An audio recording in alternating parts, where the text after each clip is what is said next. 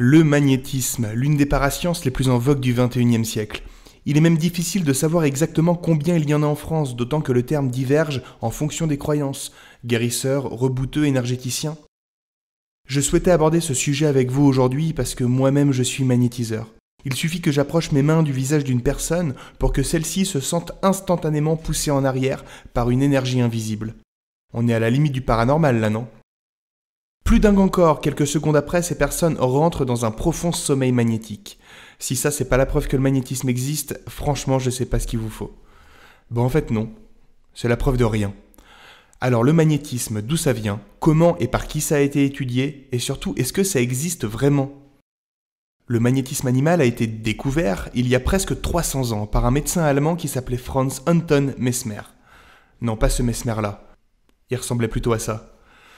Son idéal est simple, s'il existe un magnétisme minéral, du genre les aimants, il existe forcément un magnétisme animal, c'est-à-dire un fluide magnétique qui circule dans le corps et qui au moindre dérèglement peut causer des maladies ou encore des problèmes émotionnels. Alors pour valider cette théorie, Mesmer va simplement apposer ses mains sur le corps de personnes malades, et là, incroyable, les sujets en question rentrent dans une espèce de transe, parfois même difficilement contrôlable. Il est parfois obligé de les envoyer dans des salles de réveil remplies de matelas et de coussins pour éviter les blessures. Il appelle cet état le sommeil magnétique. Et puis on est obligé de le reconnaître, souvent les gens se sentent mieux une fois l'expérience terminée. Là on est dans les années 1770 et Mesmer est très clairement en train de devenir une star. En revanche, ça ne plaît pas du tout à la communauté scientifique qui le prend simplement pour un gros charlatan. Il décide alors de déménager à Paris, parce que, après tout, ses collègues médecins sont pas contents, mais lui, il se fait un énorme paquet de blé avec le magnétisme. Il compte alors parmi sa patientèle des membres de la cour du roi, dont notamment Marie-Antoinette, très emballée par les pratiques de Mesmer. L'histoire ne le dit pas, mais c'est peut-être ça qui a rendu Louis XVI particulièrement sceptique quant aux méthodes utilisées par le célèbre magnétiseur. Il n'a alors qu'une seule chose en tête, comprendre comment ça marche. Il envoie alors des scientifiques étudier et comprendre ce phénomène. Évidemment, Mesmer, foudrage, refuse catégoriquement de leur filer un coup de main. Mais les scientifiques organisent une expérience. Ils trouvent très facilement dans Paris quelques personnes extrêmement réceptives au pouvoir de Mesmer. Ils emmènent ces personnes dans un jardin, dont les arbres ont été magnétisés par Mesmer en personne. Les sujets s'approchent des arbres, touchent les arbres, et très rapidement, ces personnes rentrent dans cet état de sommeil magnétique. Avec tout ce que ça engendre, les chutes, les spasmes, les convulsions, le truc pas hyper agréable. Oui, mais seulement, ce que les scientifiques avaient caché au sujet, c'est qu'ils étaient en fait dans un jardin lambda avec des arbres lambda. Les arbres n'ont absolument jamais été magnétisés par qui que ce soit. Mais pourtant, ça avait marché, non ? Et c'est pour ça que la conclusion écrite de cette expérience par le mathématicien et scientifique Jean-Sylvain Bailly est celle-ci. L'imagination sans magnétisme produit des convulsions. Le magnétisme sans imagination ne produit rien. L'imagination est donc la véritable cause des effets attribués au magnétisme.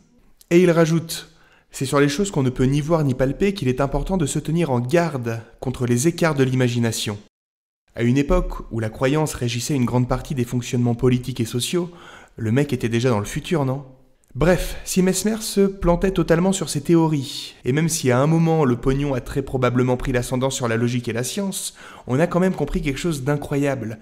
Juste à travers l'imaginaire, il est possible de modifier totalement nos comportements, nos réactions, nos ressentis, nos émotions. Il a donc fallu inventer une discipline qui pouvait donner potentiellement les mêmes résultats que le magnétisme, avec un meilleur contrôle de la transe, mais en épurant cette discipline d'un maximum de ses croyances. Et cette discipline, on l'a appelée l'hypnose. Bon, ça a pris 150 ans derrière pour donner des résultats, mais il faut un début à tout. Donc, il y a plus de 250 ans, on a compris et démystifié le magnétisme. Alors pourquoi passer les années 2000, il y en a encore autant ? Depuis toujours, quand les gens ne comprennent pas un phénomène, ils s'orientent vers la croyance. Le magnétisme, soit on y croit, soit on n'y croit pas. Et plus on y croit, et mieux ça marche. Mais pourquoi ça marche ? En 1, l'effet placebo. On va pas passer 15 jours dessus, vous connaissez l'effet placebo. C'est un phénomène thérapeutique qui a pour effet de produire un effet désiré ou une amélioration physique ou psychique, grâce à l'environnement, le conditionnement, la croyance, mais pas grâce à un médicament adapté. Le plus fou, c'est que ce n'est pas qu'une impression. Lorsqu'on regarde le cerveau d'un sujet qui prend un placebo, pensant prendre un antalgique, on peut visualiser l'activation des structures impliquées dans la perception de la douleur. C'est un phénomène efficace à partir du moment où le sujet prend conscience du fait qu'il est en train de se faire soigner. Mais alors pourquoi le magnétisme marche aussi sur les bébés et sur les animaux ? Ils ne sont pas censés avoir conscience de ça. Ce qui nous amène à un nouvel effet psychologique, l'effet Pygmalion, appelé aussi la prophétie autoréalisante. En 1968, le professeur et psychologue américain Robert Rosenthal décide de tenter une expérience sur ses propres élèves. Il sépare ses étudiants en deux groupes. Au premier groupe, il confie des souris sélectionnées totalement au hasard parmi plein d'autres. Au second groupe, il confie des souris soi-disant sélectionnées de manière très stricte en fonction de leur intelligence. La réalité, c'est que ces souris ont, dans les deux cas, été sélectionnées totalement au hasard. Après quelques semaines d'éducation et de dressage, les souris sont soumises à un test de labyrinthe. Et là, tenez-vous bien, les souris du second groupe ont eu de bien meilleurs résultats que les souris du premier groupe. Rosenthal a donc démontré que les croyances des étudiants ont inconsciemment modifié leur comportement vis-à-vis des souris. Pensant avoir des animaux plus intelligents que la moyenne, ils ont obtenu des résultats supérieurs à la moyenne. Rosenthal a par la suite refait cette expérience en remplaçant les souris par des enfants et les étudiants par des professeurs. Les résultats sont semblables. Les enfants considérés comme plus intelligents par les professeurs ont sensiblement amélioré leur quotient intellectuel à la fin de l'année scolaire. Vous comprenez alors comment le comportement des humains peuvent influencer les perceptions des animaux, idem pour les parents et leurs bébés. Mais tout ça finalement c'est très théorique, non ? Un magicien peut très bien avoir plusieurs techniques pour produire un même effet, genre une technique truquée et une technique vraiment magique.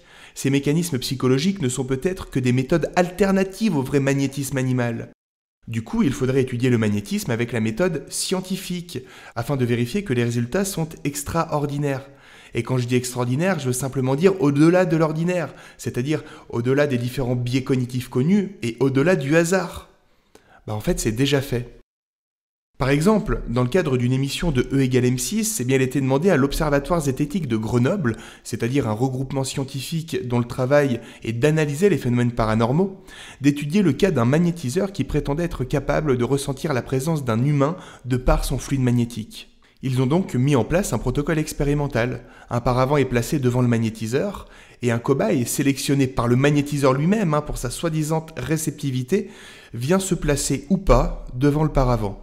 Sur 100 essais, le magnétiseur doit indiquer s'il ressent ou pas la présence du sujet. Afin que l'expérience ne soit pas biaisée, elle se déroule en double aveugle, c'est-à-dire que ni les scientifiques ni le magnétiseur ne peuvent savoir si quelqu'un se trouve derrière le paravent. Une autre équipe se charge du tirage au sort pour définir à quel moment il place le cobaye. Les équipes ne communiquent que par des signaux sonores afin d'éviter tout mode de transmission d'informations, même au niveau paraverbal ou non-verbal. Sur 100 essais, on définit alors que, si le résultat est compris entre 37 et 63 succès, le résultat est ordinaire, c'est pas mieux qu'un pile ou face. Si nous sommes en dessous de 37 ou au-dessus de 63 succès, le résultat est potentiellement extraordinaire. Ces chiffres n'ont évidemment pas été sélectionnés au hasard, mais à partir d'une loi statistique appelée la courbe de Gauss. Vous trouverez plus d'informations dans la description de la vidéo, mais sans rentrer dans les détails, on sait qu'il y a 1% de chance pour que le magnétiseur parvienne à un résultat supérieur à 63 uniquement grâce au hasard. On est d'accord, un seuil de significativité de 1%, c'est sévère dans une expérience scientifique. Mais en même temps, il faut savoir ce qu'on cherche. Cela veut dire aussi que si on teste 1000 magnétiseurs dans le monde, on obtiendra statistiquement 10 résultats faussement extraordinaires. C'est déjà pas mal. Bref, le magnétiseur obtient un résultat de 44 succès pour 56 échecs. Cette performance s'inscrit dans la normalité. L'expérience est un échec et n'a donc pas permis de mettre en évidence une capacité particulière du magnétiseur. Mais pour être sûr, il faudrait en tester des centaines de magnétiseurs. Peut-être que dans le lot, il y en aura un de vrai. Déjà fait. 51 ans, c'est le temps qu'a duré le défi du célèbre magicien américain James Randi, qui en 1964 promet une récompense de 1 million de dollars à quiconque viendra démontrer en laboratoire scientifique une quelconque capacité paranormale. Des milliers de personnes se sont présentées, voyants, médiums, radiesthésistes, télékinésistes, magnétiseurs évidemment. 100% du temps, les protocoles expérimentaux mis en place ont démontré des explications rationnelles et logiques à l'ensemble de tous ces phénomènes. La première question que se posent les scientifiques, ce n'est pas comment ça marche, mais est-ce que ça marche ? Et puis l'expérience a été stoppée en 2015 lorsque James Randi a pris sa retraite bien méritée. Depuis, des dizaines de centres et d'associations ont pris le relais dans le monde entier, proposant des récompenses financières contre la preuve de l'existence d'un phénomène paranormal. Mais qu'on s'entende bien, le but de ces centres, ce n'est pas de débunker tout et n'importe quoi. Les scientifiques qui s'intéressent à ces phénomènes rêvent probablement de trouver un phénomène paranormal. Moi aussi d'ailleurs. Sauf que pour le moment, il n'y a rien. Rien, rien.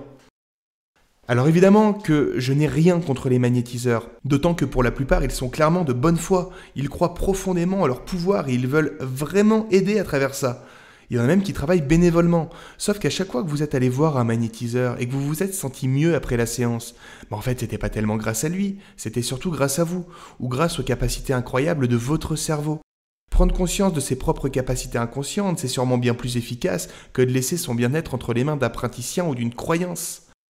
N'hésitez pas à vérifier mes infos. De manière générale, n'hésitez pas à vérifier les infos. Vous trouverez mes différentes sources dans la description de cette vidéo.